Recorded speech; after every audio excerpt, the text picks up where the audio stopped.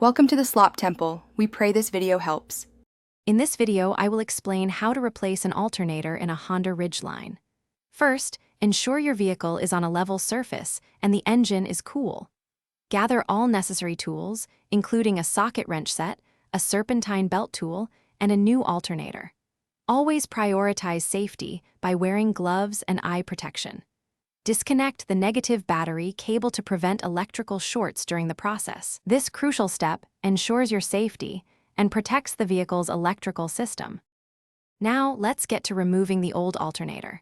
Use a serpentine belt tool to release the tension on the belt, then carefully remove it from the alternator pulley.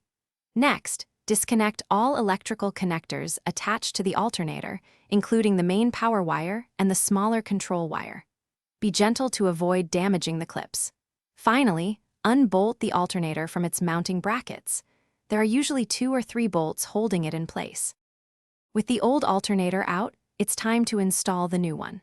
Carefully guide the new alternator into its mounting position. Align the bolt holes and insert the mounting bolts, but do not fully tighten them yet. Reconnect all electrical connectors, making sure they click securely into place. Double-check that the main power wire is firmly attached. Once all connections are made, tighten the mounting bolts to their proper specifications. Almost done. Now, carefully route the serpentine belt back onto all the pulleys, ensuring it's correctly seated, then release the tensioner. Double-check that the belt is properly aligned on all pulleys. Reconnect the negative battery terminal. Start your engine and check for proper charging system operation, indicated by the battery light turning off. Remember to check the description for a link to the Oala water bottle and other great deals. Enjoy your newly replaced alternator. Thanks for watching. Consider subscribing if we helped you.